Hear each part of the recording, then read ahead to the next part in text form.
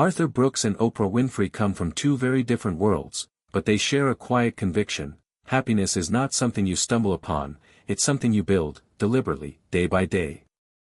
Build the life you want isn't about chasing joy or masking sadness. It's about understanding how happiness works, then learning how to make choices that invite it in, even on your worst days. From the first page, the authors ask a simple but difficult question: are you ready to be the builder of your life, rather than just its occupant? They begin by redefining happiness itself. Most people think of it as a feeling, pleasure, excitement, freedom from pain. But the book introduces a sturdier, more sustainable model. According to Brooks's research, true happiness is composed of three main elements. Enjoyment, the pleasure that's deepened by meaning and connection. Satisfaction, the sense of progress and achievement. Purpose, the feeling that your life matters and contributes to something greater. The challenge is that we often confuse short-term highs with long-term well-being. A vacation can bring enjoyment, but it doesn't necessarily create purpose. Achieving a goal can bring satisfaction, but it doesn't mean you're fulfilled. Brooks and Winfrey argue that the happiest lives balance all three elements, not perfectly, but intentionally. And this balance, they say, is built, not found. The first tool they offer is emotional self-management. Life will always include suffering, they say. It's not about eliminating discomfort, but learning how to carry it. The authors introduce techniques drawn from cognitive behavioral therapy and neuroscience: label your feelings, challenge negative thoughts, and understand that emotions are like weather, they pass. Oprah shares deeply personal stories of loss and trauma, while Brooks offers research-backed strategies for reframing pain. Together, they show that happiness is not the absence of sadness but the ability to move through it with clarity. A key insight they offer is this: you are not your feelings. Emotions are signals, not identities. Learning to observe them without being consumed by them is one of the first steps to building emotional resilience. And resilience, they argue, is foundational to happiness. You cannot control what happens to you, but you can choose how you respond. The authors invite readers to become happiness entrepreneurs, people who experiment, adjust, and build upward, even in darkness. From there, the book shifts to relationships, the cornerstone of lasting happiness. Brooks and Oprah emphasize that happiness is relational. Whether you're introverted or extroverted, connection is vital. But relationships don't just happen, they require tending, honesty, and boundaries. The authors introduce 4 types of relationships that contribute to happiness.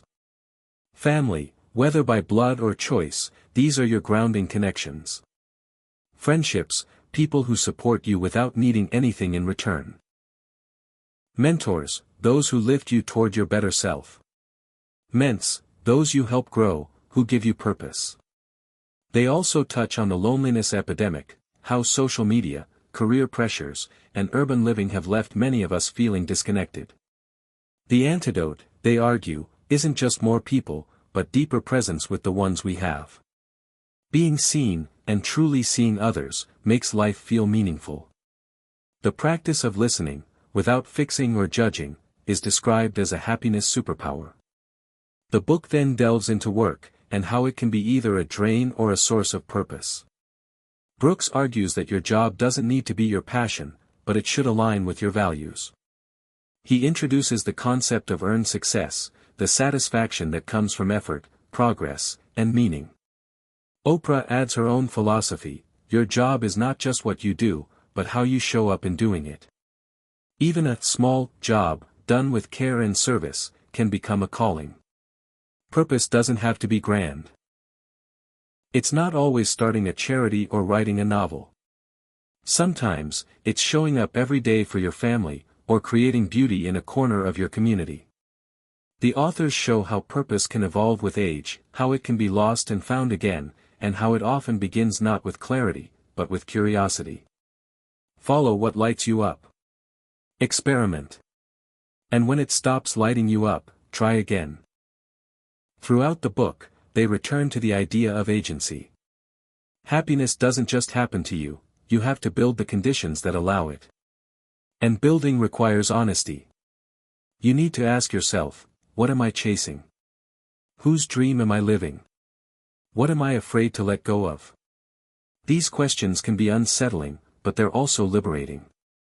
The authors make a strong case that freedom begins with self-awareness.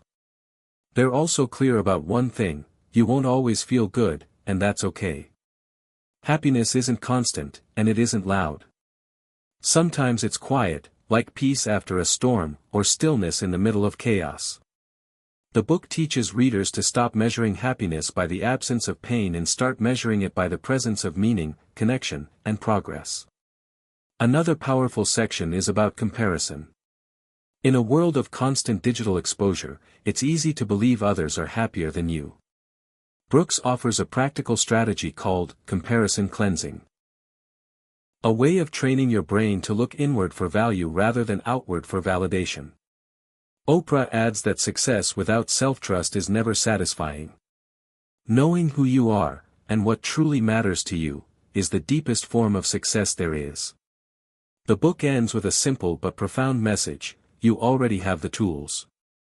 Happiness is not out there. It's in the decisions you make every day, in how you speak to yourself, how you treat others, how you handle pain, how you stay present in moments of joy. It doesn't come from waiting for your life to be perfect, but from building meaning even when it's messy. In one of the final chapters, Oprah reflects on her life's biggest lessons: that control is an illusion, that surrender is a strength, and that every moment offers a choice to build a better life, not in some abstract future, but now. She and Brooks leave you with practical frameworks, reflective questions, and rituals to carry forward. But most of all, they leave you with hope. Not the flimsy kind that waits for change, but the grounded kind that builds it. You walk away from the book not with a checklist, but with a compass. You start to realize that happiness isn't found, it's crafted, one conversation, one boundary, one act of self-kindness at a time. And in this process, you begin to feel something sturdier than fleeting joy. You begin to feel whole.